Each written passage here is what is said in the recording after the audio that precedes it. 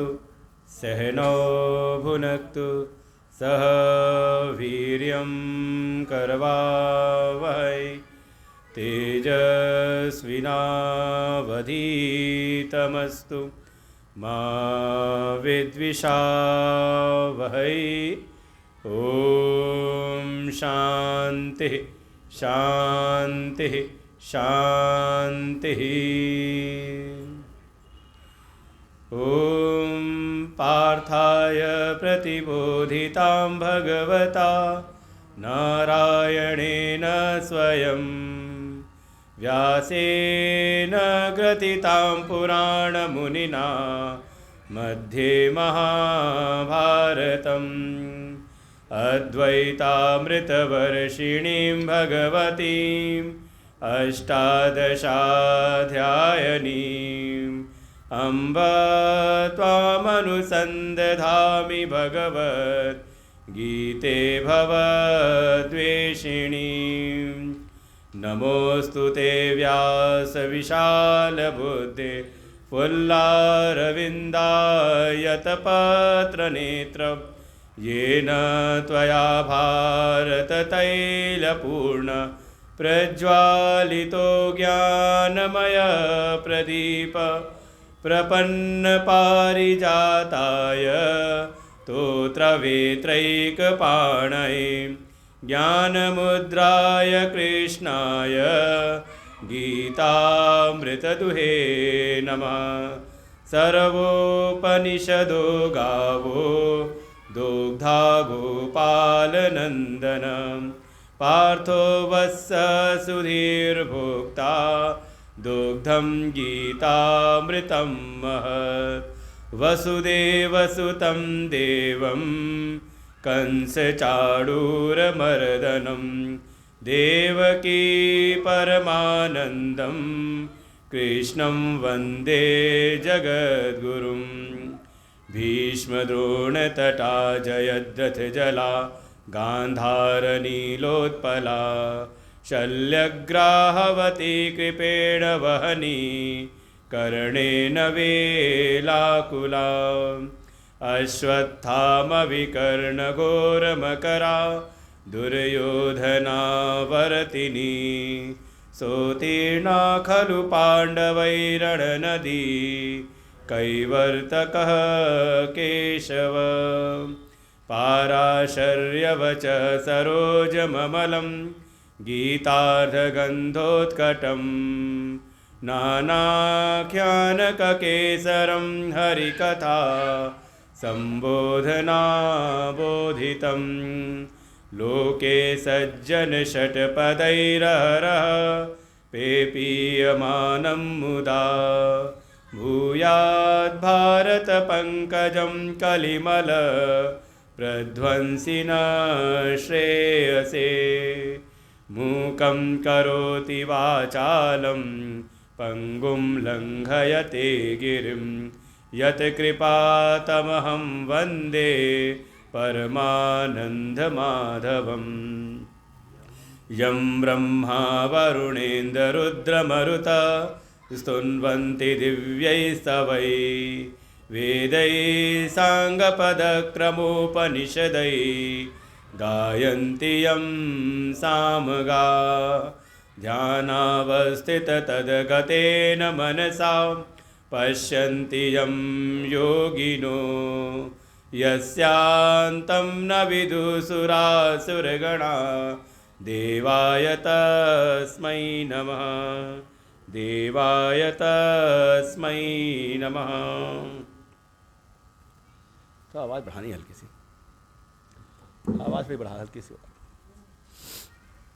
17वें श्लोक से पाठ करते हैं। आवाज़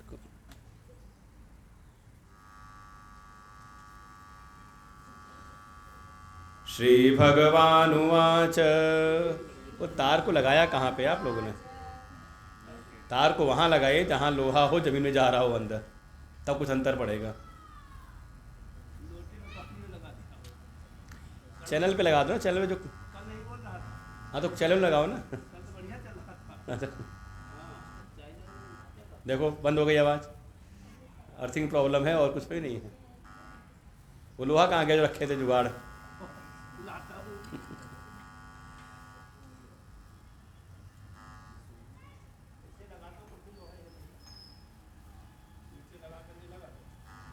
ये काम आप चेक कर लेना चाहिए पहले से।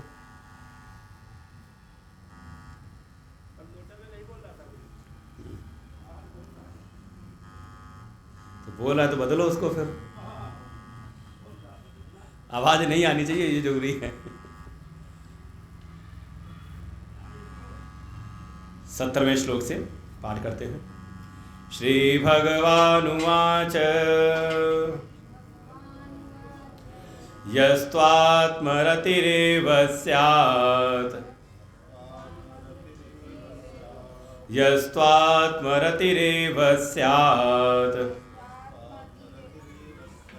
आत्मतृप्तश्च मानवः आत्मन्येव च सन्तुष्टः तस्य कार्यं न वेद्यते नैव तस्य कृतेनार्थो न कृतेनेह कश्चन न चास्य सर्वभूतेषु कश्चिदर्थव्यपाश्रयः तस्मादसक्तः सततं कार्यं कर्म समाचर असक्तो ह्याचरन् कर्म परमाप्नोति पुरुषः कर्मणैव हि संसिद्धिम् आस्थिता जनकादयः लोकसंग्रहमेवापि सम्पश्यन् कर्तुमर्हसि यद यदाचरति श्रेष्ठः तत्तदेवेतरो जनाः स यत्प्रमाणं कुरुते लोकस्तदनुवर्तते लोकस्तदनुवर्तते।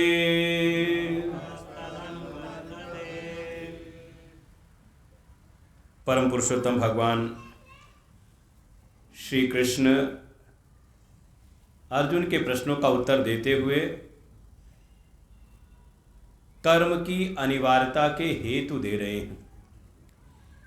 एक एक क्रम से उन्होंने हेतु दिया और देते हुए पूरे एक सृष्टि के चक्र का निरूपण किया कि सृष्टि चक्र की प्रवृत्ति में जो मूल हेतु है वो है कर्म। अगर कोई कर्म ना करे तो क्या ये सृष्टि का चक्र कहीं ना कहीं वो उसमें कहीं ना कहीं विघ्न या बाधा उत्पन्न होती है। और अगर कोई इस सृष्टि के चक्र में इस सृष्टि क्रम में आकर के कोई कर्म ना करे तो भगवान कहते हैं उसका वो न करना ठीक नहीं है,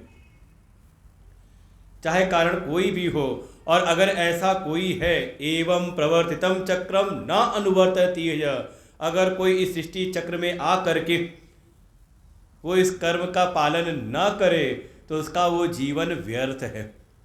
अघायु इंद्रियाराम मोघम पार्थ जीवति। तो कह सकते हैं कि क्यों कार्य नहीं करता, क्यों क्रम में नहीं लगता, कहीं ना कहीं वृत्ति भोग की वृत्ति बनी हुई है। उसका नाम ही दिया इंद्रियाराम, जो इंद्रियों में इंद्रियों के भोगों में ही आराम कर रहा हो, केवल भोग में ही आसक्त हो। ऐसा जो प्राणी है भोगों की लालसा में पड़ करके अनेकों अनेकों प्रकार के पाप कर्म करता है, लोगों से प्राप्ति तो करता है लेकिन बदले में जो उसके ऋण हैं उनको नहीं चुकाता। तो ऐसे व्यक्ति की जो भी आयु है वो पाप आयु है। और समझें, सारी व्यवस्थाएं, कई बार लगता है कि समाज के लोगों को कि हम धन की व्यवस्था कर लेंगे, हम घर मकान की, भोजन की, सारी सुख सुविधाओं की व्यवस्था कर लेंगे तो हम हो जाएंगे सुखी। लेकिन इस अंधी दौड़ के बीच में, सारी उपलब्धियों के बीच में भी देखें, समाज के प्राणियों को सुख की कहीं अनुभूति होती नहीं। कारण कहीं ना कहीं उनके द्वारा ये सृष्टि का जो क्रम है, कर्म की जो वास्तविक धारणा है, शायद उसका अभाव हो। अगर कर्म की पूंजी है नहीं, कर्म की कमाई नहीं अगर जीवन में की हुई है, तो आपको केवल इंद्रियों के भोगों के द्वारा विषयों का अर्जन करने से आपको सुख की प्राप्ति हो नहीं सकती। इसलिए उपाय यही बताया। लेकिन जो भी इंद्रियाराम है, अब दो नाम आ गए, कल देखा जाए, विचार किया जाए तो एक जगह कहा एक इंद्रियाराम है, जिसको कहा वो पाप आयु है, उसकी जो भी आयु है वो पाप करते करते ही बीत रही है। जहाँ भी उसके कर्तव्य हैं, कर्तव्यों पर उसकी दृष्टि रहती नहीं। और मोघम पार्थ सजीवती, हे पार्थ, उसका वास्तव में जीवन है वो व्यर्थ ही है, किसी के काम का नहीं है।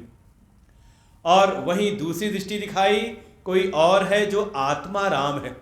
अब कह सकते हैं, बाहर से देखा जाए तो एक आलसी व्यक्ति और कोई समाधिस्थ व्यक्ति, दोनों में बाहर से कह सकते हैं कि हाँ, प्रतिक्रिया दोनों की एक जैसी दिख सकती है।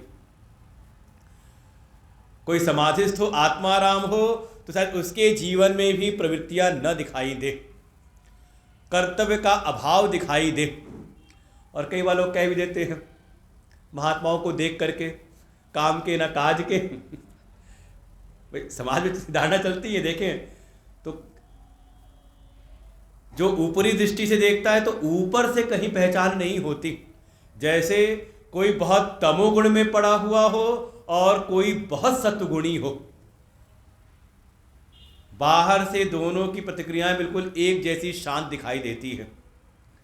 और समझना हो तो समझ लो कोई सुषुप्ति में हो और कोई समाधिस्थ हो। कैसी स्थिति बाहर से देखने में, का निष्क्रियता ही दिखाई देगी बाहर से, लेकिन जो अंतर है वो है भीतर का अंतर। भीतर के भाव किस प्रकार के हैं, इसीलिए किसी को पहचानना हो तो उसकी बाहर की प्रतिक्रियाओं से पहचान नहीं होती। और समाज के प्राणी ज़्यादातर बाहर के कुछ लक्षणों को देख करके पहचान करना प्रारंभ करते हैं। कोई दिखाई दे बहुत योग में रत हो, बिल्कुल लगा हुआ योगी कोई है, तो तक कि हाँ ये कुछ है। और वहीं कोई होता है, देखता है कोई एकांत में कोई विरक्त जीवन जी रहा है तो उसके पास जाता भी नहीं। ये भी समाज में ही है कि ये कैसे सिद्ध होंगे जिनके पास ना कोई आगे ना कोई पीछे। वहीं कोई अगर बड़ी ऐश्वर्य, बड़ी व्यवस्थाओं में दिखाई दे, बड़े बड़े आश्रमों में दिखाई दे तो वहाँ में जाके आलोचना ही करता है, ये कैसे महात्मा, ये कैसे ज्ञानी। महात्माओं की जरूरत है इतने बड़े आश्रम की, इतनी बड़ी गाड़ियों की क्या आवश्यकता है, तो कहीं ना कहीं वहाँ भी आलोचना करता है। फिर कोई एकांत में है तो उससे पहचान करने की कोशिश करता है, या जिसके पीछे हजारों लाखों की भीड़ है। योग रतो वा भोग रतो वा संग रतो वा संग विहीन। आद्य गुरु भगवान शंकराचार्य कहते हैं ये पहचान नहीं है। ये बाहर से आप किसी को पहचान नहीं सकते कि उसकी स्थिति क्या है, क्योंकि पहचान जो लक्षण है वो भीतर घटित होता है। यस्य ब्रह्मणि रमते चित्तम, जो प्राणी है उसका चित्त कहाँ पे रमण कर रहा है। कोई बाहर से तो निवृत्त दिखाई देता है, जैसी स्थिति पहले दिखाई थी, किसी ने अपनी कर्म की इंद्रियों को तो रोक लिया, लेकिन मन के द्वारा विषयों का चिंतन कर रहा है। तो वही कहा, भीतर उसका चित्त कहाँ पर रमण कर रहा है। एक है बाहर से प्रवृत्ति तो नहीं है, लेकिन संसार के विषयों की आकांक्षाएं, कामनाएं भरी पड़ी हुई है भीतर, कुछ न कुछ पाने की लालसा भीतर भरी पड़ी है, लेकिन कोई प्रवृत्ति नहीं करता।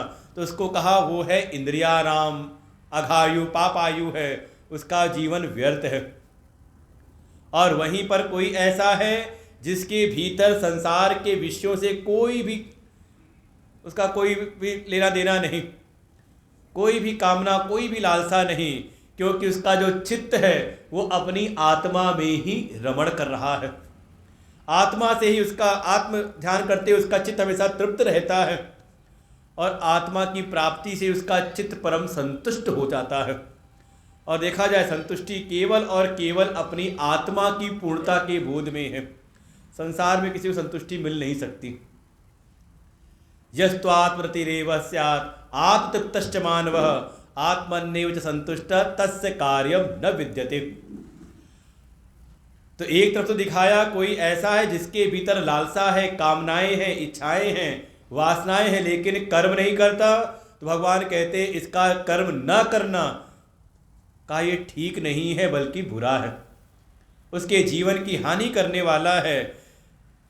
लेकिन वहीं पर कोई ऐसा है जिसकी रति तृप्ति संतुष्टि अगर अपनी आत्मा में हो जाए, उस आत्मस्वरूप का बोध प्राप्त करके का उसी की पूर्णता में ही स्थित हो जाए, परिणाम स्वरूप जिसके चित्त में संसार की कोई कामना नहीं, कोई इच्छा नहीं, ऐसा प्राणी अगर कोई कार्य न भी करे तो कोई दोष नहीं। अर्थात जब तक ये स्थिति प्राप्त ना हो जाए कि हमारी अपनी आत्मा में ही रति हो, आत्मा में ही तृप्ति हो, आत्मा में ही संतुष्टि जब तक उत्पन्न ना हो जाए का तब तक कर्म करना अनिवार्य है। जैसे भगवान अर्जुन को कह रहे हैं, अर्जुन अभी तेरी ऐसी स्थिति नहीं हुई है इसलिए तुझे कर्म करना अनिवार्य है, तुझे तेरा कर्म में ही अधिकार है, तू कर्म कर। क्योंकि इस आत्मा में रति तृप्ति संतुष्टि होने के बाद अगर वो कुछ करे या कुछ न करे तो का उसमें कोई भी ना तो वृद्धि होनी ना कोई उसमें कोई हानि होनी है, क्योंकि आत्मा का स्वरूप ही ऐसा है जो एक रस है, निर्विकारी है और सदैव ही कहा वो एक जैसे ही तटस्थ रूप में रहता है। कुछ करने से आत्मा में कुछ बढ़ोतरी नहीं होती और कुछ न करने से उसमें कोई घटोतरी भी नहीं होती। शास्त्र में तो बड़ा उसका विस्तार से वर्णन किया कि न तो आत्मा की कोई उत्पत्ति है कि कोई सोचे कि हाँ आत्मा की उत्पत्ति करनी हो, का वो उत्पत्ति से रहित है क्योंकि वो सदैव रहता है, नित्य है। चलो आत्मा है तो उत्पन्न तो है लेकिन हमारे पास नहीं है, का ऐसा भी संभव है नहीं कि कोई वस्तु कहीं बाहर हो तो हम कुछ प्रयत्न करेंगे तो उसको पा लेंगे। का आत्मा का स्वरूप है वो नित्य प्राप्त है, अपना ही स्वरूप है, इसलिए कर्म करने से कोई उसमें कोई ऐसा कोई उसमें लाभ होने वाला है नहीं। फिर कहा कर्मों के द्वारा किसी भी क्रिया के द्वारा उसमें किसी प्रकार का भी विकार उत्पन्न नहीं हो सकता क्योंकि वो निर्विकारी है। ऐसा आत्मा नित्य है, उत्पत्ति से रहित है, नित्य प्राप है, विकार से रहित है और उसमें कभी भी कोई नाश संभव नहीं है। ऐसा जो आत्मस्वरूप है जो उसमें स्थित हो जाता है तो किसी कर्म के द्वारा ना तो उसकी कोई वृद्धि होती है और वो कुछ ना करे तो उसको कोई दोष भी नहीं रहता। और ऐसा आत्मस्वरूप में स्थित प्राणी का संसार के किसी भी वस्तु किसी भी व्यक्ति से कोई भी आश्रय भाव नहीं रह जाता। ये समझे अपने चित्त को कि अभी हम साधना करते उस स्थिति पहुँचे कि नहीं पहुँचे, तो एक पहचान कर सकते हैं कि आपके चित्त में जो आशा है, अपेक्षा है, वो अभी संसार से लगी हुई है कि नहीं है। देखिए अपने मन को समझने की कोशिश करें। अगर अभी आशा जो सुख की आशा है ये अगर संसार के विषयों में बनी हुई है कि ये वस्तु मिल जाएगी तो मैं सुखी होऊंगा, ये व्यक्ति मिल जाएगा तो मैं सुखी हो जाऊंगा, ये व्यवस्था मिल जाएगी तो मैं सुखी हो जाऊंगा, तो समझे अभी आपको कर्म योग करना अभी अनिवार्य है। अगर सुख की अपेक्षा बाहर जगत में बनी हुई है तो समझे अभी फिर भगवान तो कह देते मानस में आता है, मोर दास कहाय नर आशा। कोई ऐसा हो जो अपने आप को कहे मैं भगवान का भक्त हूँ, भगवान का दास हूँ, भगवान की शरणागति में हूँ और आशा लगा के रखे संसार में। भगवान कहते हैं ऐसे भक्त का फिर मुझको कोई विश्वास रहता नहीं। एक आशा अगर आशा हो भी तो केवल प्रभु से, भगवान से, भक्ति के मार्ग में अगर विचार करें तो ऐसी जिसकी केवल आस विश्वास अपेक्षा सब की सब जा करके अपने आत्म स्वरूप में स्थित हो जाए, ऐसा जो ज्ञानी जो इस स्थिति को प्राप्त कर लेता है, उसके लिए फिर संसार में कोई भी कर्तव्य शेष नहीं रहता। कारण एक ही है, कर्तव्य का संबंध है प्राप्तव्य से। अगर कुछ पाना शेष है संसार में तो आपको कर्म करना अनिवार्य है। परिवार में है, माता पिता का, परिवार का अगर प्रेम चाहिए तो फिर का कर्तव्य है वहाँ पर। समाज की अगर व्यवस्थाएं हमें चाहिए तो समाज के प्रति अपने कर्तव्य को हम विचार करें। और ऐसे ही अगर भगवान से कुछ चाहिए, देवताओं से कुछ चाहिए तो उनके प्रति भी फिर हमारे कर्तव्य हैं। तो जिसको कुछ पाना है उसके लिए कर्तव्य कर्म अनिवार्य हैं, उसको हम फिर कर्म योग की विधि से करें। भगवान बिल्कुल निष्कर्ष निकालते कर देते हैं कर्म योग का। जो पहले 8वें 9वें श्लोक में बताया था उसको एक ही श्लोक में समाहित कर देते हैं। तस्मात् असक्तः सततम कार्यम कर्म समाचरः, कि हे अर्जुन अभी तेरी जो आशा अपेक्षा अभी अपने आत्म स्वरूप में ही स्थित नहीं हुई है, इसलिए तू कर्म कर।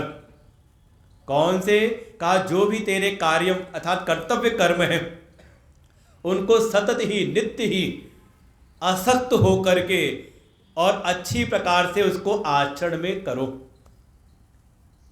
बेमन से नहीं बल्कि पूरी सजगता के साथ में अनासक्त हो करके। अनासक्त का कहते हैं कई बार आसक्ति कर्म से ही हो जाती है। बहुत तरह प्रकार की आसक्तियों का वर्णन आता है शास्त्रों में। कोई ऐसा कर्म में आसक्त हो जाता है कि कर्म ना करने को मिले तो आसक्ति नहीं होती। किसी एक क्रिया को करने के अगर आपका रोज का अभ्यास हो जाए और एक दिन ना कर पाए तो, जिसको रोज सुबह घूमने की आदत पड़ जाए तो, टहलने की, और 2 दिन घूमने को ना मिले,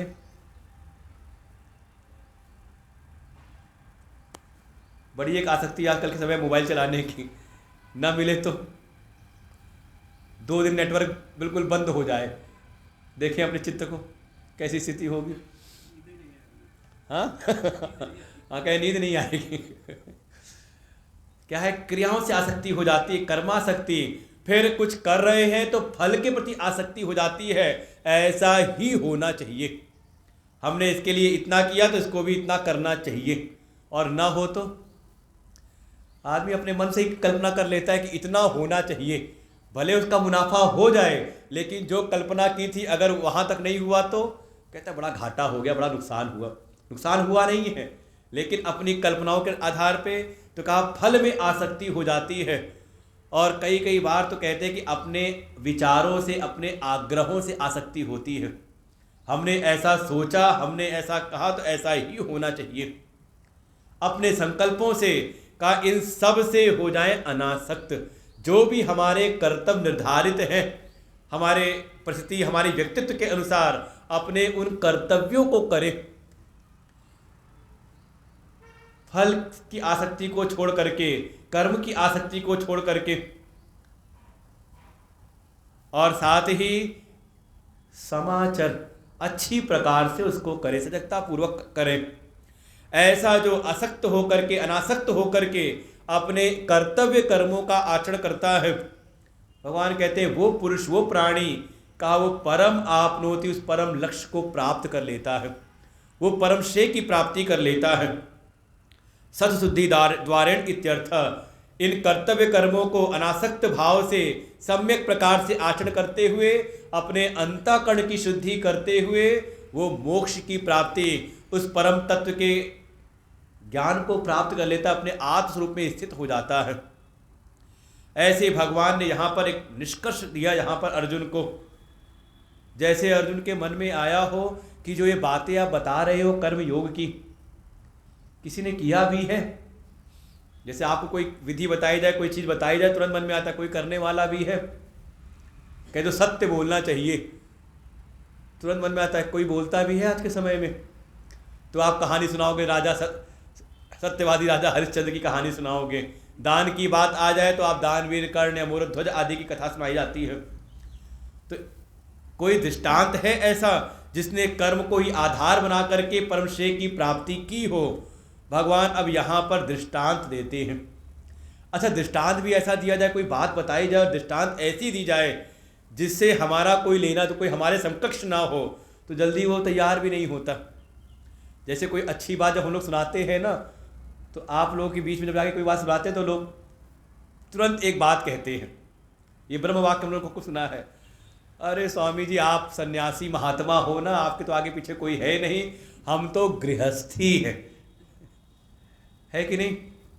कोई बात आ जाए तुरंत मन में ये बात काटते हैं, हम तो गृहस्थ, हमें पड़े हुए गृहस्थी हैं हमारे साथ। देखो, तो जैसे भगवान ने अगर दृष्टांत देना चाहा तो दृष्टांत भी देते, जैसे अर्जुन अपनी स्थिति में बैठे हुए हैं, राज परिवार में हैं, क्षत्रिय वर्ण में हैं, तो भगवान भी जो दृष्टांत देते तो कहा उन्हीं के जैसे ही, कि हे अर्जुन जैसे तुम अपने आप को देख रहे हो ऐसे ही बहुत सारे राजाओं ने, क्षत्रिय वर्ण में आए हुए राजर्षियों ने इन कर्मों के आधार को लेकर के ही का अपने जीवन में संसिद्धि की प्राप्ति की है। और गृहस्थ आश्रम में सबसे बड़ा दृष्टांत देते ही जनक जी का, कि हम बिल्कुल घर गृहस्थी में ऐसे रहते हैं जैसे राजा जनक। ये जो सब विद्वान लोग हैं जो शास्त्रों का चिंतन करते हैं, वो सबसे पहले दृष्टांत देते हैं कि हमारी कहीं पे मोह माया आसक्ति है नहीं, सबके बीच में हम रहते हैं कैसे, कहा जनक के जैसे। तो भगवान भी दृष्टांत वही दे रहे हैं। 20वां श्लोक फिर पढ़ते हैं। कर्मणैव हि संसिद्धिम् आस्थिता जनकादयः लोकसंग्रहमेवापि संपश्यन् कर्तुम् अर्हसि। कर्मणैव हि संसिद्धिम् आस्थिता जनकादयः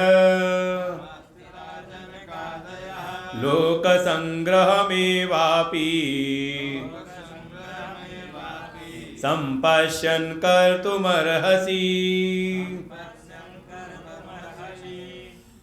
करे कर्मणा एव ही संसिद्धिम, कर्मणा एव ही आस्थिता संसिद्धिम का जो जनक आदि, बहुत जनक के साथ में कहा जनक आदि, जनक आदय, ऐसे जनक आदि बहुत सारे जो राज परिवार में जन्म लिए हुए जो राजा लोग थे, क्षत्रिय वर्ण में थे, उन सब ने कर्मणा एव, कर्म को ही, कर्म में ही स्थित होकर के उन्होंने संसिद्धि की प्राप्ति की है।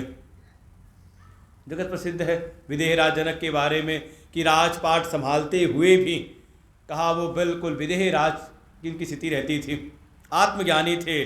जहाँ और कभी देवी भागवत सुनी तो है ही देवी भागवत में, सुखदेव जी एक बार आए जनक जी के पास में ही, उनका शास्त्रार्थ होता है, बड़े बड़े ऋषि मुनि आया करते थे उनके पास चर्चा करने के लिए, उनसे भी तो वो जो उनके जीवन में आत्मनिष्ठा थी, आत्मसंसिद्धि थी, वो उन्होंने कर्म करते हुए ही प्राप्त की। और केवल जनक ही नहीं, शास्त्रों में और भी बहुत सारे क्षत्रिय राजाओं का वर्णन प्राप्त होता है। अश्वपति आदि बहुत सारे ऐसे थे राजा जन जिनके पास बड़े बड़े तपस्वी ऋषि मुनि भी आते थे इस ब्रह्म विद्या, इस ज्ञान को प्राप्त करने के लिए। और अगले अध्याय में भगवान शुरुआत यहीं से करते हैं। इस ज्ञान की परंपरा को स्वयं बताया कि सबसे पहले मैंने सूर्य को दिया, सूर्य ने अपने पुत्र वैवस्वत मनु को दिया, मनु ने अपने पुत्र इक्ष्वाकु को दिया, और ऐसे ही इक्ष्वाकु ने अपने वंश परंपरा में इस ज्ञान को दिया। ऐसे ये जो ज्ञान की परंपरा थी ये राजर्षियों में भी व्याप्त थी। जो भी ये ज्ञान है, तत्व का जो ज्ञान है, आप समझे अपने शास्त्र सनातन धर्म को, कई बार जब हम इन मूल छोटी छोटी बातों को जब नहीं जानते तभी कोई समाज का आकर के हमें भ्रमित करने लगता है। जहाँ तक स्थिति है वेद के कर्म के विभाग की, तो वहाँ पर कर्म के अनुरूप वहाँ पे पात्रता की अनिवार्यता रहती है। कर्म के मार्ग में बिल्कुल वहाँ पे विधि का पालन करना अनिवार्य होता है। जिसके लिए जो सा कर्म बताया गया उसके लिए वही कर्म करना श्रेयस्कर होता है।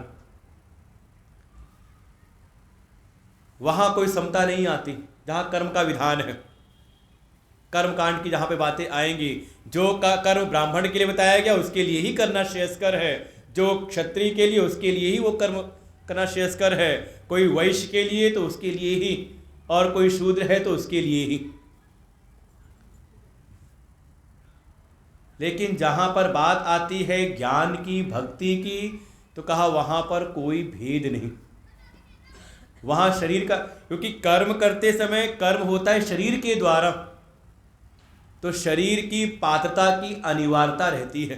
जैसे मान लो कोई भारी सामान उठाना हो तो यहाँ जितने बुजुर्ग लोग बैठे उनको लगा दूँ, चलो ये काम उठ रही, सामान उठा के ले जाओ वहाँ पर, तो क्या होगा?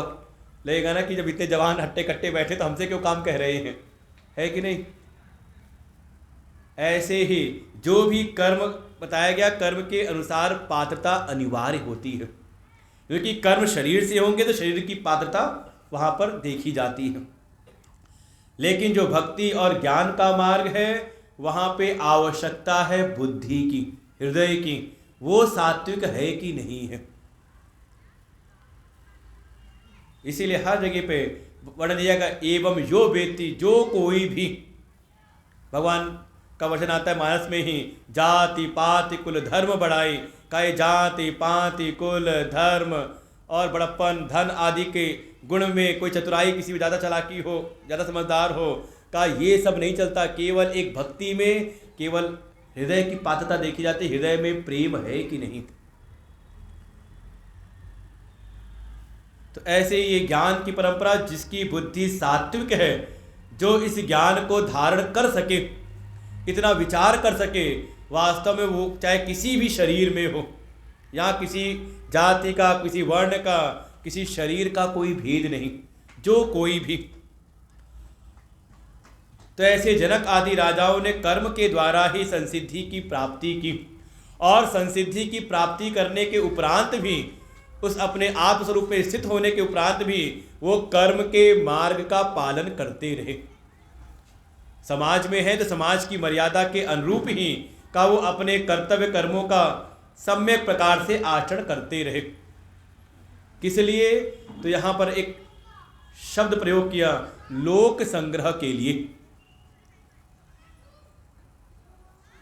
जैसे मान लो जो भी हमारे जीवन का कोई लक्ष्य है, उस लक्ष्य की प्राप्ति हमने कर ली, तो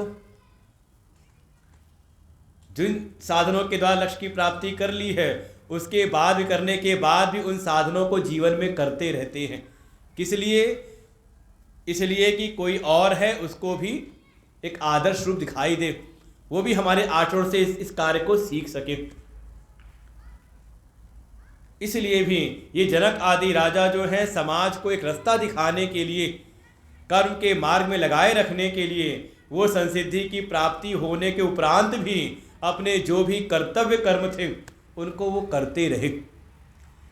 इसलिए भगवान अर्जुन को भी कहते हैं, हे अर्जुन, तुम्हें भी इस दृष्टि से, इन जनक आदि राजाओं को देखते हुए, तुम्हें भी इनके समान ही लोक संग्रह के लिए कर्म करते रहना चाहिए।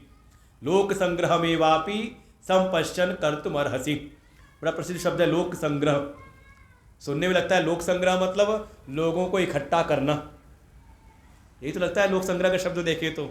और कोई आजकल का कोई नेता हो तो तुरंत यही उठा देगा, बात शब्द को पढ़ेगा, कहेगा इसका ये मतलब होता है फिर झगड़ा करता रहेगा घंटों घंटों, चाहे कितना भी उसको समझाते रहो कि हर भाषा में शब्द का भाव बदल जाता है। कुछ शब्द ऐसे होते हैं कि हमारी हिंदी भाषा में बहुत ख़राब है, लेकिन चले जाओ गुजरात में तो वहाँ उस भाषा में वो अच्छा शब्द माना जाता है, हाथ मध्यास के लिए इस्तेमाल कर, बहुत सारे ऐसे शब्द मिल जाएंगे आपको।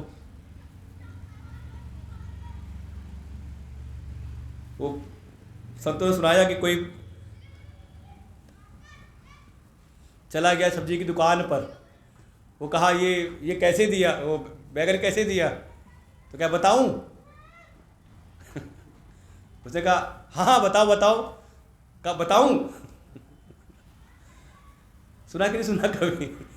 वो कहा कि हाँ ये बताओ, ये कैसे दिया तुमने, कहा बताऊं, कहा बताओ तो, क्या बताऊं। और ऐसे ही काफ़ी देर हुआ, वो चिढ़ गया, बार बार कह रहे बताऊं बताऊं, तो बताता क्यों नहीं? तो कोई और आया, कह रहा वो समझ नहीं पा रहा, आप पूछ रहे हो इसके बारे में, तो पूछ रहा है इसका रेट पूछ रहे हो, जो ये क्या है बताऊं, क्योंकि उनकी भाषा में बैगर को बोलते हैं बताऊं, तो पूछा इसको बता, जो बताऊं है इसका रेट बताऊं। तो ऐसे ही कई बार आदमी उलझता है। लोक संग्रह माने का लोगों को इकट्ठा करना। बच्चे को बैठा लो, इसको खेलने के लिए नहीं नहीं आना, पकड़ के ले जाऊंगा मैं अगर बोले यहाँ तो, ऐसे आगे बैठा दूंगा फिर सफ़ेद कपड़े में कल से। बिल्कुल चुपचाप बैठे हैं, यहाँ बैठना है। तो बहुत सारे बच्चे पकड़ के रखे हैं हमने आश्रम में। हाँ, ऐसे ही बैठना पूरे टाइम। अगर उठ गए तो फिर समझ लेना गाड़ी बैठाएंगे फिर। बोले सच्चिदानंद भगवान की जय। लोक संग्रह का यहाँ भाव बहुत सुंदर व्यक्त किया। लोकस्य उन्मार्ग प्रवृत्ति निवारणम लोक संग्रह तम एव अपि प्रयोजनम। संसार के जो प्राणी हैं उनकी उन मार्ग में, गलत मार्ग में प्रवृत्ति न हो जाए, इसलिए भी जो समझदार हैं, विद्वान जन हैं, उनको कर्तव्य कर्मों का पालन करते रहना चाहिए। या इसको ऐसे समझ लें, जैसा जीवन आप चाहते हो अपने कि आपके बच्चे वैसे बने, तो वैसा आचरण आप स्वयं भी करते रहो। केवल उच्चारण नहीं, समस्या इसी बात की है। लोग उच्चारण तो बहुत करते हैं, उपदेश तो बहुत करते हैं, लेकिन अपने आचरण में उस बात को लेकर के नहीं आते। और संसार का प्राणी, संसार के जो थोड़ा मंद बुद्धि कहते हैं, जो नीचे वाले हैं, उनको कहीं ना कहीं वो आप क्या बोल रहे हो वो कम दिखता है, जो आप व्यवहार कर रहे हो ज़्यादा पकड़ते हो उस बात को। ये छोटे बच्चे हों तो वो कई बार आप जो बोलते रहते हो पकड़ते रहते हैं, आप जो करते हो वैसे ही वो भी। कोई छोटा बच्चा हो सत्संग में बैठ के देख ले कि हाँ सत्संग ऐसे होता है कि वो एक महात्मा जी हैं, ऊपर आसन और बैठ करके कथा सुनाते, बाकी सब सुनते हैं। तो कई बार छोटे बच्चे जाकर के कहीं घर में कोई ऊंचा स्थान हो, जाके चढ़ के बैठ जाते हैं, कहाँ बैठो आप सब सत्संग सुनो मुझसे। क्या है, देख करके हम ज़्यादा सीखते हैं। तो ऐसे ही जो जिनको भी हमें शिक्षा देनी, जो भी हमें जिनके सामने आदर्श स्थापित करना है कि उनकी उन मार्ग में, गलत मार्ग में उनकी प्रवृत्ति न हो जाए, उनको सही मार्ग में लगाए रखने के लिए भी जो भी श्रेष्ठ जन हैं उनको कर्म का पालन करते रहना चाहिए।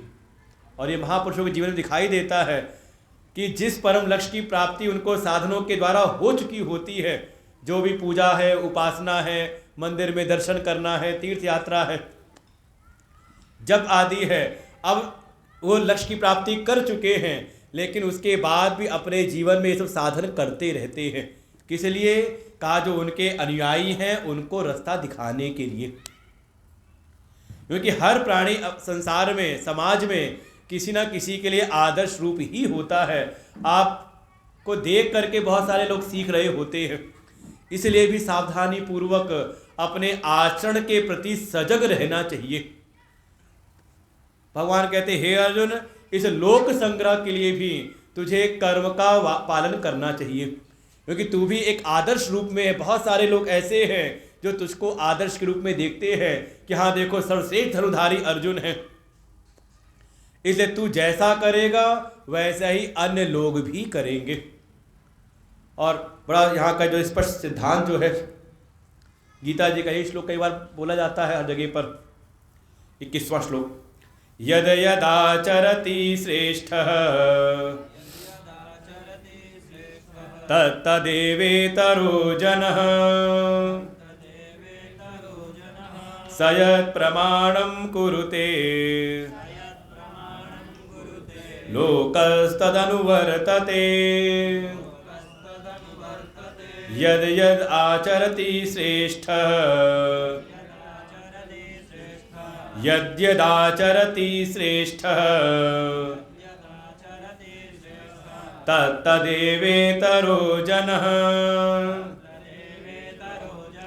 स यत्प्रमाणं कुरुते लोकस्तदनुवर्तते। यद यद आचरति श्रेष्ठः, बिल्कुल जैसा जैसा श्रेष्ठ जन आचरण करते हैं तत्तद एव इतरो जनाः, उनसे जो इतर अन्य जो जन हैं, जो उनको अपना एक आदर्श मान करके बैठे हैं समाज में, तत्तत वैसा वैसा ही वे अन्य जन भी आचरण करते हैं। इसलिए जिसको भी कोई शिक्षा देनी हो तो प्रयास करें बोलने से ज़्यादा अपने आचरण के द्वारा शिक्षा दे। और यही कहते थे, आचार्य की परिभाषा यही रहती थी, जो अपने आचरण के द्वारा शिक्षा दे। स्वयं पहले श्रेष्ठ मार्ग का अनुसरण करे, स्वयं पालन करे, और स्वयं पालन करते हुए दूसरों को भी शिक्षित करे। और ये श्रेष्ठ जन स यत प्रमाणम, वे श्रेष्ठ जन जो भी प्रमाणित कर देते हैं, जो भी वैदिक या लौकिक जो भी व्यवहार को प्रमाणित कर देते हैं, लोकस्तद अनुवर्तते, संसार के प्राणी उसी को प्रमाण मान करके वैसा ही वर्तन करते हैं। ये बड़ा घर परिवार में खूब होता है। अच्छा, शादी ब्याह में कौन सी रीति कैसे करनी चाहिए, आधार क्या है? किसी के यहाँ पहली शादी हो, क्या करोगे? जगह जगह याद आती है कि नहीं आती है? अरे हम आए थे तो ऐसी ये रीति होती है, ये परंपरा है, इसको ऐसे करना चाहिए। और कई परंपराएं कैसे पड़ जाती हैं, तो संतों ने कहानी सुनाई कि किसी घर में लड़के की शादी थी, बारात की तैयारी हो रही थी, अपना सब बारात को विदा करना था।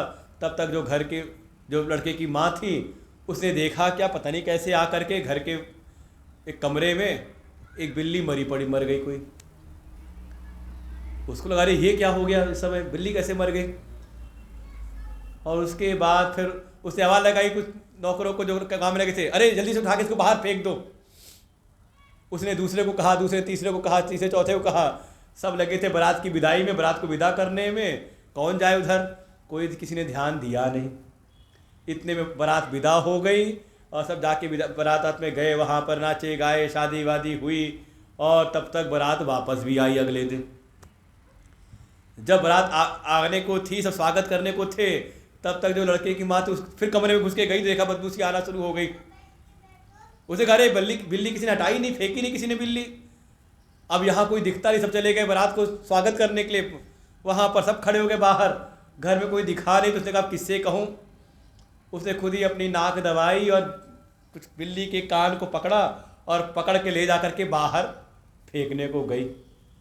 संजोग ऐसा, उस समय जिस गाड़ी से वो आ रही थी बहू, वो गाड़ी की कार की खिड़की खुली हुई, शीशा खुला हुआ था, उसकी नज़र पड़ गई अपनी सास के ऊपर कि ये सास क्या कर रही, बिल्ली लेके जा रही है। बस उसके चित्त में संस्कार पड़ गया। अब उसके बाद वो बहू आई, अपना बच्चे हुए, और जब समय आया उस बच्चा बड़ा हो गया तो लड़के की शादी तय हुई, बारात तैयारी हुई, बारात विदा भी हो गई, चली गई उधर शादी वादी हो के। जब समय हुआ बारात आने का, अरे उसको याद आया उसी समय, अरे वो मैं जब आई थी तो ऐसा हुआ था, हमारी कुल की परंपरा बिल्ली ढूंढो। होता है कि नहीं होता? कई बार देखा देखी कोई चीज़ हमने देखा और वैसा ही हम करने का प्रयास करते हैं। तो जो कोई भी जो श्रेष्ठ जन है, वो जो भी वैदिक या लौकिक आचरण को प्रमाणित कर देते कि ऐसा होना चाहिए, जो उनका अनुगमन करने वाले हैं, जिनके लिए वो आदर्श है, श्रेष्ठ हैं, वे भी फिर वैसा ही पालन करते, वैसा ही वर्तन करते हैं। इसलिए जो भी आप आदर्श स्थापित करना चाहते हो, उन आदर्शों को पहले अपने भीतर लेकर के आए। और कई बार तो होता है, हम लोग देखते हैं, हम लोग का बड़ा अनुभव हो, किसी घर में गए, वो जो बड़े लोग होते हैं अपने बच्चों को कहते हैं, बच्चों को पोते होते होंगे छोटे छोटे बच्चे, अरे बाबा जी को प्रणाम कर, गुरु जी को प्रणाम कर, और वो बच्चा टस से मस नहीं होता, यूँ कमर हिलाता रहता।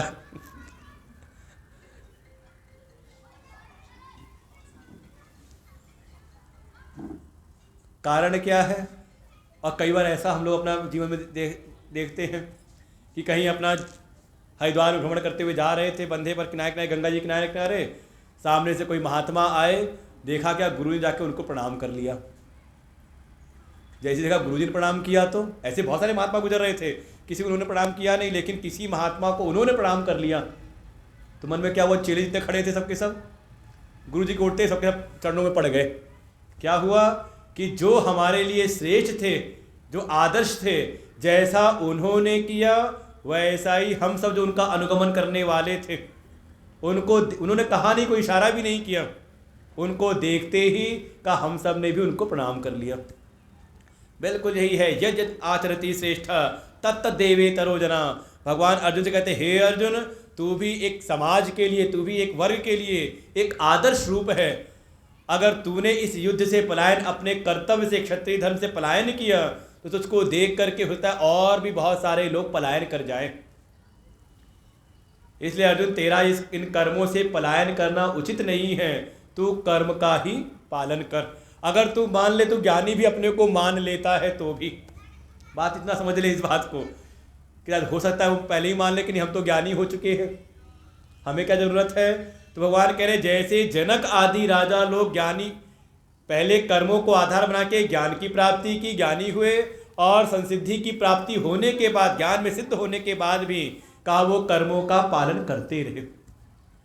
इसलिए अर्जुन, तू ज्ञानी हुआ हो या न हुआ हो, दोनों ही प्रकार से अगर ज्ञानी भी हो गया है तो भी तुझे कर्म का पालन, कर्म में लगे रहना चाहिए।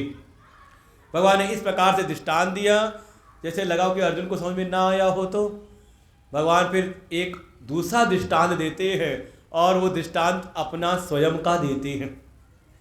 22वां श्लोक, न मे पार्थास्ति कर्तव्यम त्रिषु लोकेषु किंचन नानवाप्तमवाप्तव्यम वर्त एव च कर्मणि। न मे पार्थास्ति कर्तव्यम त्रिषु लोकेषु किंचन नानवाप्तमवाप्तव्यम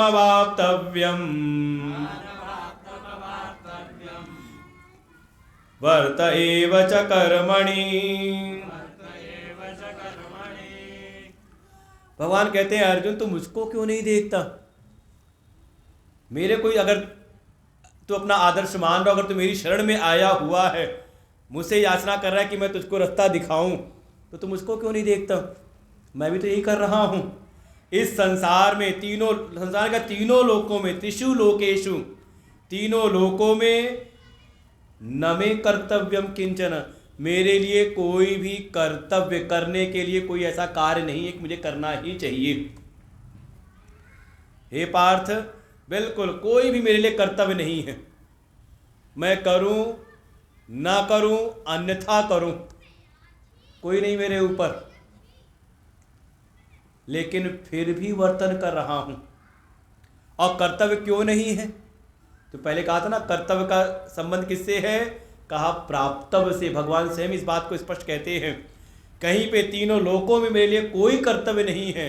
कारण एक ही है, हेतु केवल एक ही है, न अनवाप्तव्यम अवाप्तव्यम, क्योंकि तीनों लोकों में ऐसी कोई वस्तु नहीं है जो मेरे लिए प्राप्त करने योग्य शेष हो।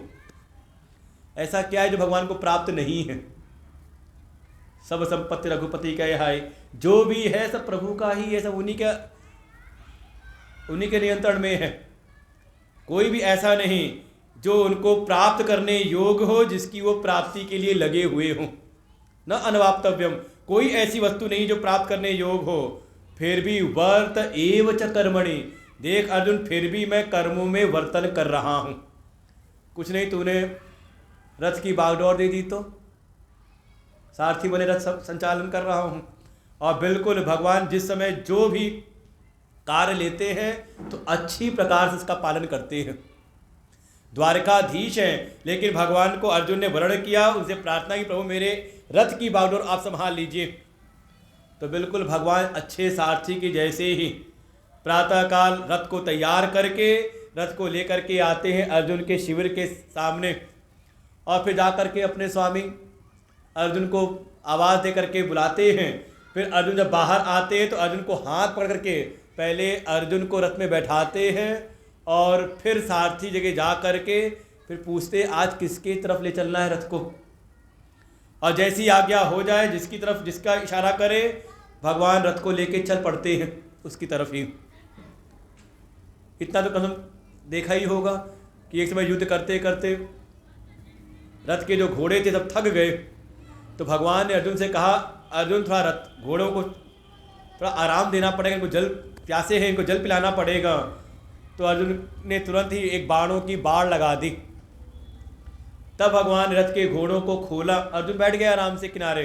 भगवान ने रथ के घोड़ों को खोला, उनकी थोड़ी मालिश वलिश की, उनको जल पिलाया। अर्जुन ने वही बाणों से जल प्रकट किया, जल पिलाया, मालिश की उनको। जब घोड़े स्वस्थ हो गए तो पुनः घोड़ों को जोत करके रथ में फिर अर्जुन को बैठा करके फिर करते हैं, युद्ध की ओर ले चलते हैं। भगवान कहते हैं, हे अर्जुन, तो मुझको ही क्यों नहीं देखता?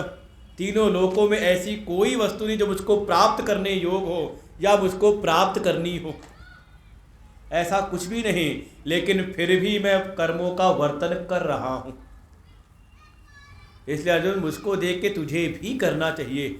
अच्छा, मैं ना करूं तो क्या फर्क पड़ेगा? भगवान अगर वर्तन ना करे तो, और देखिए यही अवतार का रहस्य है। अगर अपने शास्त्रों को समझना हो तो इन मूल शास्त्रों को समझना पड़ता है। कथा कहानी जितनी भी आप सुन लो, भगवान के कितने अवतार हुए भगवान विष्णु के, लेकिन कथा जब सुनते हो केवल 2 की ही। कौन सी?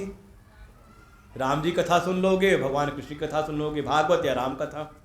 बाकी सब कूर्म अवतार भी तो भगवान का है, कच्छप अवतार, वाराह अवतार भी तो है, वामन अवतार, पुराण भी हैं इनके, कूर्म पुराण है, वाराह पुराण है। वो क्यों नहीं सुनते?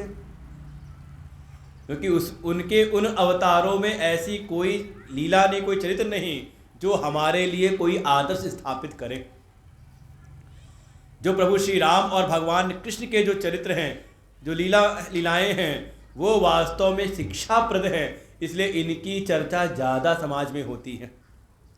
जो प्रभु श्री राम का अवतार है वो सामान्य धर्म का निरूपण करता है कि जब जीवन सामान्य रूप से चल रहा हो तो सामान्य जीवन में कैसा सामान्य धर्म होना चाहिए, जीवन की मर्यादाएं कैसी होनी चाहिए, घर में रहें तो कैसे रहें, भाई बंधु के साथ में, माता पिता के साथ व्यवहार कैसा हो, गुरुजनों के साथ व्यवहार कैसा हो, अपनी प्रजा के बीच में है तो कैसा व्यवहार हो, जंगल में चले गए तो वहाँ कैसा व्यवहार हो, शत्रु से ही व्यवहार करना हो तो कैसा व्यवहार हो।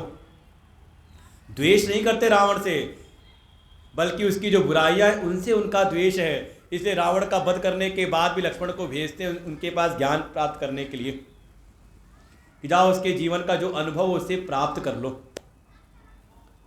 हर एक जगह पर उन्होंने एक मर्यादा की स्थापना की है, हम सबके लिए एक आदर्श के रूप में। इसलिए लोग कई बार होता है कहीं पर भी कोई बात हो तो बच्चों को भी टोकेंगे कैसे, देखो राम जी का चरित्र ऐसा था, राम जी ऐसे रहते थे। हर एक जगह पे एक आदर्श है, कहा प्रभु श्री राम का। और वहीं पर जो भगवान कृष्ण के जो लीला चरित्र हैं वो विशेष धर्म का पालन करना सिखाते हैं। इसलिए भगवान श्री राम के जो भी चरित्र हैं वो तो अनुकरणीय हैं, लेकिन भगवान कृष्ण के नहीं, क्योंकि उसमें सामान्य घटनाएं नहीं हैं, कुछ विशेष घटनाएं उसमें घटित हो रही हैं। समझे इस बात को। जन्म के समय जन्म हुआ कहाँ पर? कारागृह में। प्रभु श्री राम का जन्म कारागृह में नहीं हुआ, अपने महल में हुआ था। जन्म हुआ, जन्म के समय माता पिता को छोड़ के जाना पड़ा। छठे दिन आ गई पूतना, शकटासुर, तृणावर्त, कोई ना कोई 7 साल की अवस्था में गोवर्धन को उठा लिया, कोई ना कोई आ रहे हैं। फिर वहाँ पे बहुत सारे और दैत्य आ रहे। 11वें वर्ष में ही मथुरा जाके अपने मामा कंस का वध किया। इसीलिए कहते हैं भगवान कृष्ण राम जी को कहेंगे श्री राम जी का चरित्र है वो अनुकरणीय है, लेकिन भगवान कृष्ण की जो है वो लीलाएं हैं वो सामान्य मनुष्य के द्वारा आचित नहीं की जा सकती। आप किसी एक अंग को पकड़ेंगे तो बाकी अंग भी पकड़ने पड़ेंगे। ये नहीं कि एक तरफ जो अच्छा लगा वो तो पकड़ लिया हमने। और वो भगवान कृष्ण के जो उपदेश हैं वो वास्तव में हमारे लिए अनुकरणीय है। भागवत में एक सूत्र आता है, किसी प्रसंग में राजा परीक्षित ने अपना संशय प्रकट किया तो महामुनि सुखदेव जी ने बहुत डांट लगाते उनको एक बात कही, ईश्वराणाम वचः सत्यम, जो भगवान हैं उनके वचन हमारे लिए अनुकरणीय हैं, वो हमारे लिए सत्य हैं, क्योंकि उनकी जो लीलाएं हैं वो हम अपने जीवन में धारण नहीं कर सकते। छठे दिन भगवान ने विष खाया तो विष का पान किया, करके दिखाए कोई? इसलिए भगवान ने जो उपदेश किए विशेष धर्म में कैसा हमें अपने जीवन में आचरण लाना चाहिए, पूरा गीता का उपदेश ही है। तो भगवान स्वयं अपना ही आदर्श स्थापित करते हैं। हे अर्जुन, देख मेरे लिए कोई भी ऐसा कर्तव्य नहीं, लेकिन फिर भी मैं कर्तव्य कर्मों का पालन कर रहा हूं। ना करूं तो क्या दिक्कत होगी? तो भगवान 2 श्लोकों में बताते हैं इस बात को, 23वां 24वां। यदि ह्ययं न वर्तेयं जातु कर्मण्यतन्द्रितः मम वर्त्मानुवर्तन्ते मनुष्या पार्थ सर्वशः। यदि ह्ययं न वर्तेयं जातु कर्मण्यतन्द्रितः मम वर्त्मानुवर्तन्ते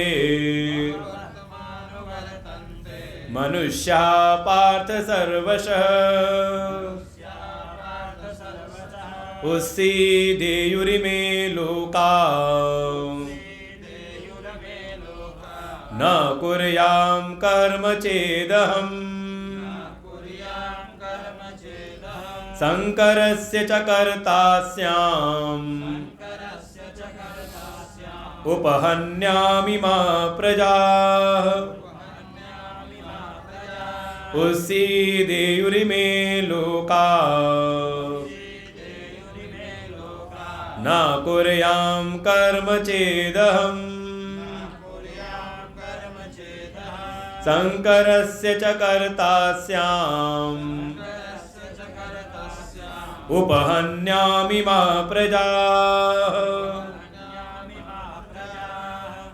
भगवान स्वयं कहते, हे अर्जुन, यदि ही अहम, अगर मैं भी अतंद्रितः, तंद्रा आलस्य को त्याग करके,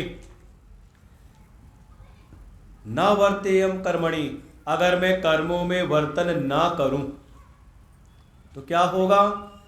तो कहा मेरे द्वारा स्थापित इस अकर्म की को ही देख करके मम वर्त्म, मेरे द्वारा इस किए गए कार्य को, जो मैं कर्मों का वर्तन नहीं कर रहा था, मेरे इस स्थापित किए गए इस मार्ग को अनुवर्तन्ते मनुष्याः, ये जो जगत के सारे जो मनुष्य हैं वो भी इसी का वर्तन करने लगेंगे, मेरे द्वारा स्थापित इस मार्ग का ही।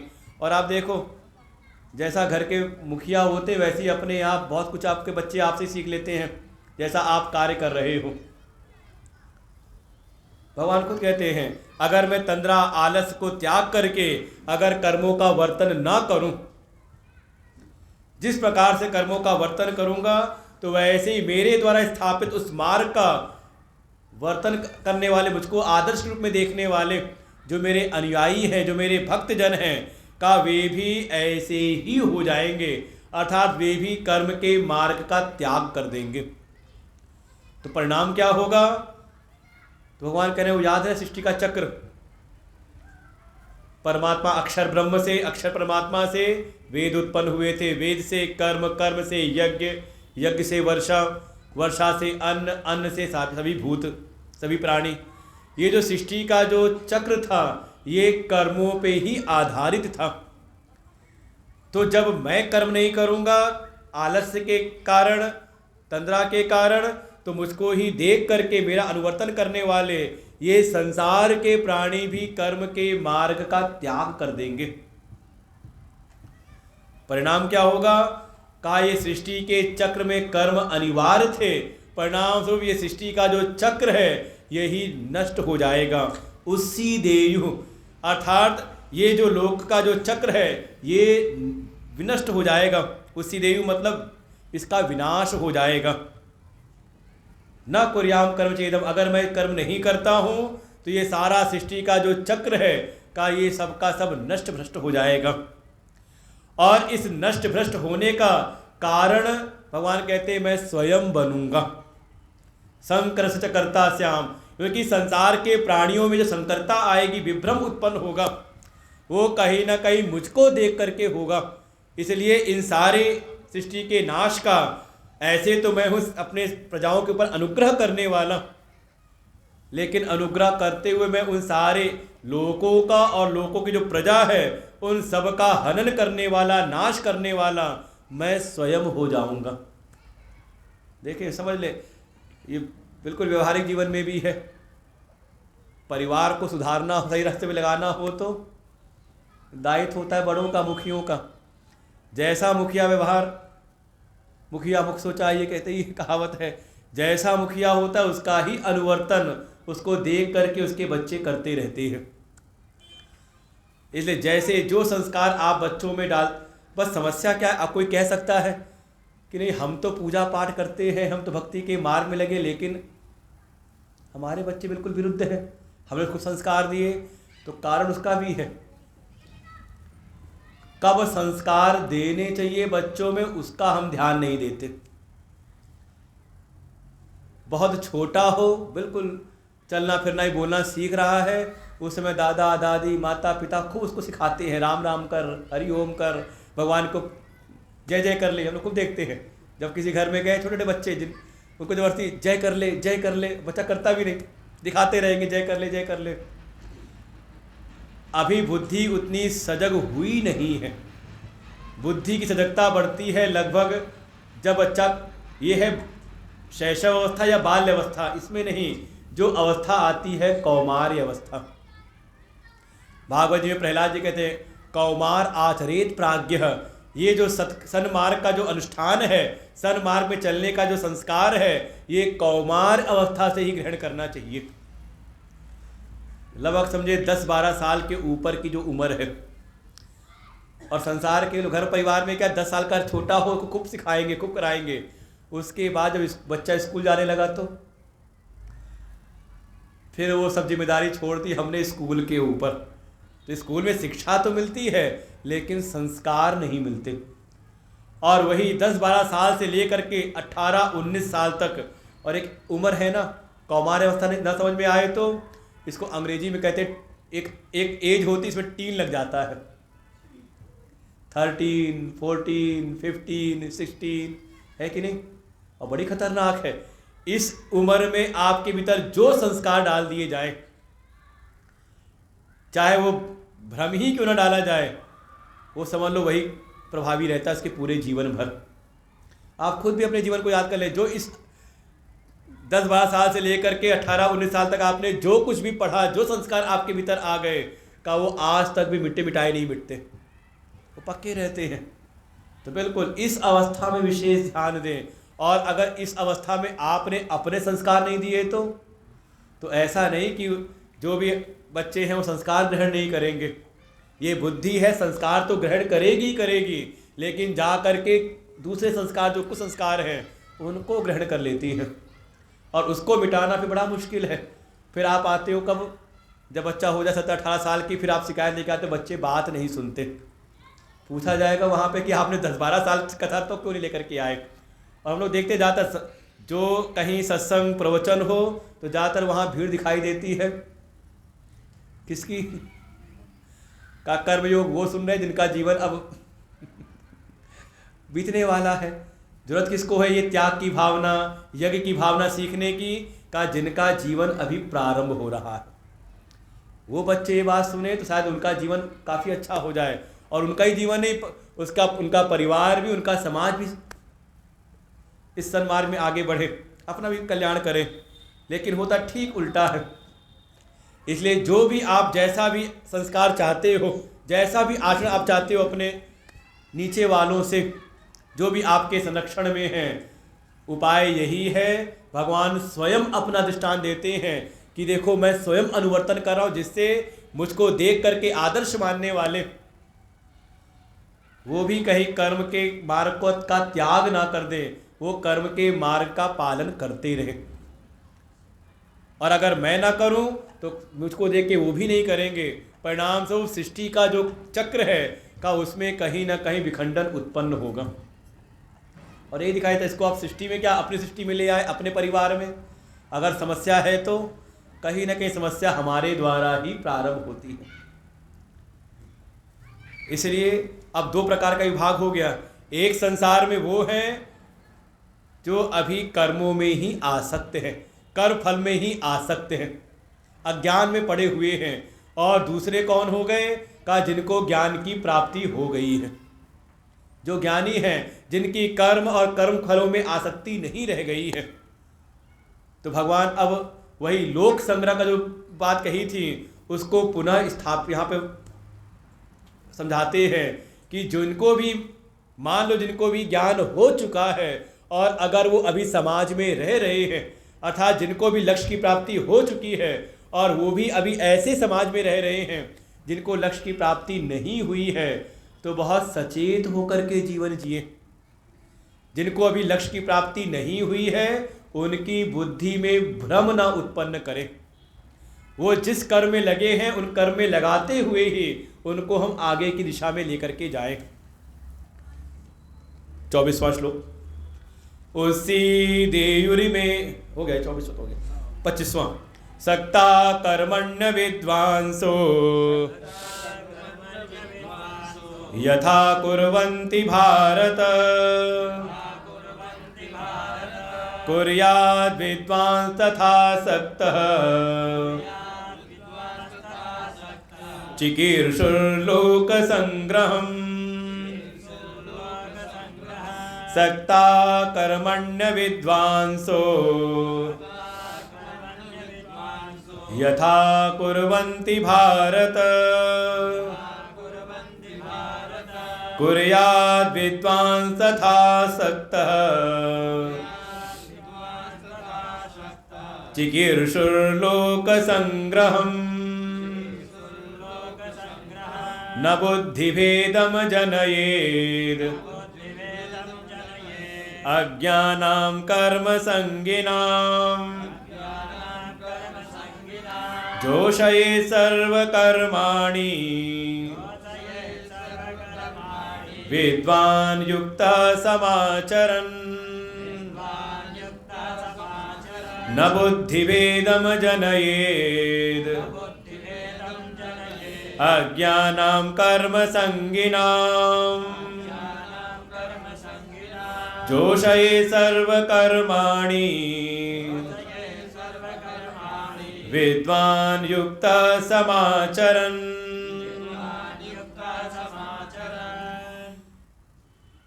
भगवान भाई कर्मयोग का सिद्धांत समझा चुके हैं उसको।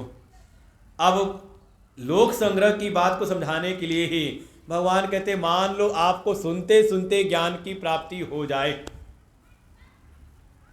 आत्मज्ञान की प्राप्ति, जो जीवन का लक्ष्य था वो सब आपको प्राप्त हो जाए, लेकिन आप रह रहे हो समाज के बीच में, तो फिर जीवन कैसा होना चाहिए ऐसे विद्वान, ऐसे ज्ञानी का? तो जैसे भगवान उनको, अब ज्ञानियों को आदेश दे रहे हैं कि जब आप समाज के बीच में रह रहे हैं तो कह रहे हैं यथा, पहली लाइन देखेंगे 25वें की, तो वहां बीच में शब्द है यथा, जैसे। अविद्वांसः सक्तः कर्मणि कुर्वन्ति, जैसे संसार में जो अज्ञान में पड़े हुए अविद्वान हैं, जो अभी कर्म और कर्म के फलों में आसक्त है, ये मेरा कर्तव्य है, मुझे करना चाहिए और ये करूँगा तो ऐसा मुझको फल मिलेगा। जो अभी इस कर्म और कर्म फलों में जिनकी आसक्ति बनी हुई है वो जैसे कर्मों को कर रहे हैं, यथा कुर्वन्ति, हे भारत वैसे ही। अगली लाइन में देखें तो बीच में शब्द आएगा तथा, कुर्याद् विद्वांस तथा, वैसे ही जो विद्वान जन हैं, कुर्याद् विद्वान शब्द को तोड़ना पड़ेगा, अलग अलग कई शब्द मिले हुए 25वें की दूसरी लाइन में। कुर्याद् विद्वान तथा असक्तः, पहले वाले में था सक्ताः, इसमें है असक्तः, चिकीर्षुर लोक संग्रह। जो विद्वान हैं जब वे समाज के बीच में जा रहे हैं, जो ऐसे अविद्वान हैं, अभी ज्ञान की प्राप्ति जिनको हुई नहीं है, जो कर्मों में, कर्म के फलों में ही आसक्त हैं, जब विद्वान ज्ञानी जब उनके बीच में जाएं तो जैसे अज्ञानी कर्मों का पालन कर रहे हैं उनके बीच में रह के वे भी सही विधि के साथ में उन्हीं कर्मों का अनुष्ठान करें, उन्हीं कर्मों का पालन करें। जैसे भी कहा ना, जो बच्चे से करवाना हो तो कहा हम स्वयं भी बार बार वैसा ही आचरण करते रहें। हमें आवश्यकता नहीं, हम सब जान गए, पहुंच गए वहां तक, लेकिन फिर भी हमें वैसा आचरण करना पड़ेगा। बस शर्त क्या है, जो अज्ञानी है वो आसक्त होकर के कर रहा है, लेकिन जो विद्वान है वो अनासक्त होकर के करे।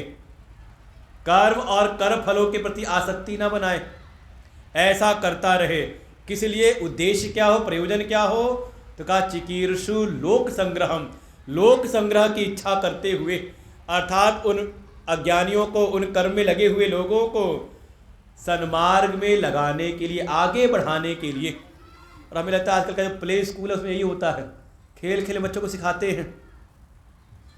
उनके साथ कोई होंगे ऐसी होगा, छोटे बच्चों को ऐसे सिखाते होंगे, जो बच्चों को सिखाना है वैसी माता पिता करके दिखाते हैं, ऐसे कर ऐसे कर। तो बिल्कुल उनके जैसे ही साथ लग करके उन्हीं कर्मों को करते करवाते हुए उनको आगे लेके जाए। इस सिखाने का तरीका भी ऐसे ही होता है। कैसे थे, तीन स्टेप है, 3 क्रम है।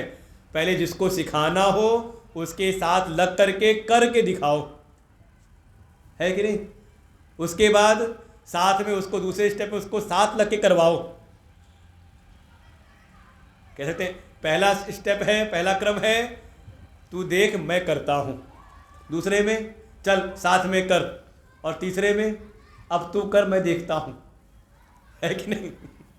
यही है ट्रेनिंग का काम, ट्रेनिंग देना किसी को। भगवान भी यही कह रहे हैं, जिससे भी कोई श्रेष्ठ कार्य कराना हो पहले उसके साथ लग करके पहले करो। बस ये है कि वो आसक्त होके कर रहा है कर्म और कर्म फलों में। भाई कर्म में आसक्ति नहीं, फल में आसक्ति नहीं है। ये पूजा करेंगे तो ये मिलेगा, ये काम करेंगे तो ये मिलेगा, उसका मन आसक्त है। लेकिन जो करवाने वाला जो विद्वान है का वो अनासक्त है, किसी फल की आकांक्षा में नहीं। ये भी आशंका, ऐसी भी आकांक्षा ना रखे, ऐसी अपेक्षा भी ना रखे कि इसको मैं सिखाऊंगा तो उसको अपना गुरु मानेगा। कई बार ये भी कर लेते हैं कि हमारा मान सम्मान करने को कुछ ध्यान तो रखेगा, हम इसको सिखा देंगे। तो भावना ये रखो कि सीखे और आगे बढ़े। जरा सी भी आसक्ति अगर रही तो वो तो आगे बढ़ जाएगा, आप हो जाओगे दुखी। इसलिए कह रहे असक्त, अनासक्त होकर के केवल और केवल एक भावना हो लोक संग्रह की, कि ये जो भी प्राणी है ये उन्मार्ग में न जाए, गलत मार्ग में इसकी प्रवृत्ति ना हो जाए। और बिल्कुल स्पष्ट भगवान फिर आज्ञा देते हैं, क्योंकि कई बार जो विद्वान जन हैं जो पहुंच चुके हैं वो नीचे वालों को कहीं ना कहीं भ्रम उत्पन्न करते हैं बुद्धि के भीतर। भगवान बिल्कुल आज्ञा दे रहे हैं, न बुद्धि भेदम जनयेद अज्ञानाम कर्म संगिनाम। जो अभी अज्ञान में है, अज्ञानी है, जिनकी अभी कर्मों में, कर्म के फलों में ही आसक्ति लगी हुई है, ऐसा करने से ये फल होगा। जिनकी अभी ऐसी स्थिति है, जो विद्वान जो ज्ञानी जन हो चुके हैं, उनकी बुद्धि में भेद उत्पन्न ना करें। मान लो कोई यज्ञ कर रहा हो तो कोई आ गए बड़े दार्शनिक, अरे क्या ये हवन पूजन करो, क्या होता है इससे? सुना कि नहीं सुना? कहीं कोई पूजा पाठ कर रहा है, सुबह सुबह उठ करके अपना जो भी नित्य कर्म कर रहा है, कोई घर के कोई दार्शनिक आ गए, क्या होता है पूजा पाठ करने से? सुबह से उठ के शुरू हो गए हो तुम लोग, कौन से देवता, कौन से भगवान? हम कहें चलो कोई भगवान हो ना हो, फल मिलता हो ना मिलता हो, लेकिन कोई अच्छे कार्य में लगा तो हुआ है, वो किसी का अहित नहीं कर रहा, और श्रेष्ठ कार्य कर रहा है तो कम से कम उसका मन तो पवित्र हो रहा है ना। कम से कम उसके जीवन में एक अनुशासन तो बना कि सुबह उठ करके अच्छे कार्य में लगा हुआ है, अच्छे विचारों में लगा हुआ है कि नहीं? लेकिन समाज में यही है। और तो और भगवान बचाए, कोई अगर बड़े वेदांती हो जाए, 2-4 सत्संग सुने और आत्मज्ञान और वेदांत की अद्वैत ब्रह्म की प्राप्ति कर ले, तो वो जब उस ज्ञान में स्थित हो गए और फिर चल पड़ते हैं निर्गुण निराकार में स्थित होकर के। देखा कोई लगा हुआ है पूजा पाठ में, चलिए पूजा पाठ करने से क्या होता है, निर्गुण निराकार का ध्यान कर। वो शुरुआतें कई बार जो प्रारंभिक जो साधन है, कर्म करने से क्या होता है, केवल ज्ञान से ही मुक्ति होगी। सुना कि नहीं सुना कई बार? अरे बहुत सारे मत ही ऐसे हैं, निरंकारी, निरंकार में ही करो और कुछ नहीं, परमात्मा निर्गुण निराकार है, हवा के जैसे है। ये कोई विग्रह से पूजा करने से कुछ नहीं होता, भगवान विग्रह में नहीं होते। वो किसी ने किसी समय कहा था जब आपदा आई केदारनाथ में कि ये कैसे भगवान जो अपनी रक्षा स्वयं ना कर सकें, आज भयंकर आपदा आई हुई है, भूकंप वहाँ पे भी आया हुआ है। बिल्कुल, ये क्या है? बुद्धि में भ्रम उत्पन्न करना। भगवान कह रहे ना बुद्धि भेदम जने, जो ज्ञानी हो चुके हैं, जो विद्वान हो चुके, जो लक्ष्य की प्राप्ति कर चुके हैं, वो जो अभी प्रारंभिक स्तर पर लगे हुए हैं, कहा उनकी बुद्धि में भ्रम उत्पन्न न करे, उनको वहीं से जहां उनकी स्थिति है क्रमशः उनको धीरे धीरे वहां से आगे लेकर के चले। अच्छा, मान लो कोई बिल्कुल बीएड कर चुका है, उसको पता है कि नहीं पता कि पृथ्वी गोल है, सूर्य उदय अस्त नहीं होता, पता है कि नहीं पता उस अध्यापक को, लेकिन चला गया प्राइमरी स्कूल में पढ़ाने के लिए, क्या पढ़ाएगा? सूर्य के उदय होना अस्त होना बताएगा कि नहीं बताएगा? बच्चों को क्या सिखाएगा? वो समझाने लगे प्राइमरी स्कूल के बच्चे को कि कोई सूर्योदय अस्त नहीं होता, ये जो दिखाई दे रहा सब दृष्टि का भ्रम है। समझ में आएगा बच्चे को? कोई छोटा बच्चा गया अपने पिताजी के पास, पिताजी यूनिवर्सिटी के प्रोफेसर थे भौतिक विज्ञान के, कुछ होमवर्क मिला होगा उसको, तो गया पिताजी के पास, पिताजी पिताजी ये बारिश कैसे होती है? आप लोगों से बताते कि हाँ गीता जी में लिखा हुआ है यज्ञ से होती है, लेकिन पिताजी समझाना शुरू किया, अरे बेटा बैठ समझाता हूँ तुझको, वो सूर्य की जब रश्मियाँ तपती है, खूब गर्मी जब होती है, उसकी रश्मियों से ताप से ही समुद्र का नदियों का जल भाप बनता है, उससे बादल बनते हैं, फिर ऐसी ऐसी प्रक्रियाएं होती, उससे फिर वो बिजली चमकती है और फिर बारिश होती है। बच्चे को समझ में आया ही नहीं पूरा ये सब चीज़ें। फिर पूछा बारिश कैसे होती है? आप ये बताओ क्या बता रहे हो, भाप बनता है, बादल बनते हैं, क्या ये बारिश कैसे होती है? दोबारा समझाया, समझ में नहीं आया, फिर पूछा समझ में नहीं आया, फिर बताओ कैसे होती है? तीसरी बार फिर समझाया, तीसरी बार के बाद जब दोबारा फिर पूछा उसने, डांट के भगा, चल भाग यहाँ से, अकल वकल है नहीं, आ गया मेरे पास। वो रोते गया अपनी माँ के पास में। माँ ने पूछा क्या हो गया, क्यों रो रहा है? कहा मैं तो गया पापा के पास में सीखने के लिए, पूछने के लिए, कुछ बता तो रहे नहीं, उल्टा डांट के मुझे भगा दिया। क्या जानना है? कहा यही बारिश कैसे होती है। माँ ने बैठो बैठो मैं समझाती हूँ। समझाया। वो नाटक में देखा था ना, सीरियल में, एक देवताओं का राजा इंद्र था, कहा वो वर्षा का देवता है, मेघों के देवता है वो। उनके पास एक बड़ा सा हाथी है, और हाथी को देखा था ना चिड़ियाघर में, कभी गए थे देखने, देखा था ना, वो हाथी की सूंड में पानी भरता है और फिर बौछार मारता है। तो ऐसी वो वर्षा के देवता हैं इंद्र, उनका बड़ा सा हाथी है, उनको जहाँ बारिश करनी होती है तो अपने हाथी को लेके जाते हैं सरोवर में, उनका हाथी सूंड में पानी भरता है, और जहाँ बारिश करनी होती है जाके वो हाथी बौछार कर देता है। वो बच्चे को समझ में आ गई बात, अच्छा बस इतनी सी बात थी, ये पापा को नहीं पता है क्या? क्या है सही बात? कौन समझा रहा था? सही बात समझा रहे थे पिताजी ही, लेकिन अभी जो बच्चे की मन स्थिति थी, बौद्धिक स्थिति थी, उसके स्तर पर नहीं है, क्योंकि बच्चे की बुद्धि अभी केवल प्रत्यक्ष जो सामने दिखाई दे रहा है उस पर विचार करने योग्य है। जो सामने प्रत्यक्ष दिख नहीं रहा उसका अनुमान करने की उसकी बुद्धि धीरे धीरे जब वो हाई स्कूल तक पहुंचेगा तब बनेगी। तो भगवान ऐसी करें, जो अभी प्रारंभिक साधना में लगे हुए हैं उनको वहीं से क्रमशः धीरे धीरे आगे बढ़ाए, उनकी बुद्धि में भ्रम उत्पन्न ना करे।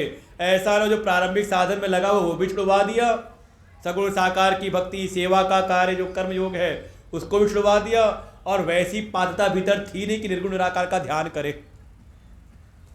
जैसे एक योग कहा था ना, आपके मन की जो आशा है सुख के लिए वो कहाँ पर लगी है? अगर बाह्य जगत के विषयों में है तो अभी आप फिर इस सांख्य योग के, इस आत्मज्ञान के पूर्ण अधिकारी नहीं। उसके लिए क्या है, अगर बाहर पाने की इच्छा है तो उपाय है कर्म करे कर्म योग की विधि से। ऐसी भगवान कह रहे, जोश ये सर्वकर्माणि विद्वान युक्त समाचरण। जो ज्ञानी हो चुके हैं वे जब अज्ञानियों के बीच में जाएं तो उनके बीच में जा करके उनको उन्हीं कर्मों में ठीक प्रकार से लगाते हुए, कोई दोष हो तो दोषों का वहाँ निवारण करें, दोषों का दोषापनयन करते हुए, निवारण करते हुए उनको स्वयं भी अच्छी प्रकार से उन कर्मों को करते हुए उनको वहीं से आगे बढ़ाएं। तो कहा कि ये दोनों ही, ज्ञानी भी और अज्ञानी दोनों ही समाज के बीच में रह रहे हैं। तो अंतर क्या, दोनों ही कर्म में लगे हुए हैं। भाई जो ज्ञानी है वो भी सिखाने के लिए लगा हुआ है, और जो ज्ञानी वो तो लगा ही हुआ था कर्मों में आसक्त होकर के। तो दोनों में अंतर क्या है, भगवान आगे 2 श्लोकों में दोनों के भीतर का अंतर व्यक्त करते हैं। तो हम लोग कल सुनते हैं, आज यहीं पर विश्राम लेते हैं। ओम पूर्णमदः पूर्णमिदं पूर्णात् पूर्णमुदच्यते पूर्णस्य पूर्णमादाय पूर्णमेवावशिष्यते। ओम शांति शांति शांति। हरि ओम। श्री गुरुभ्यो नमः। हरि ओम।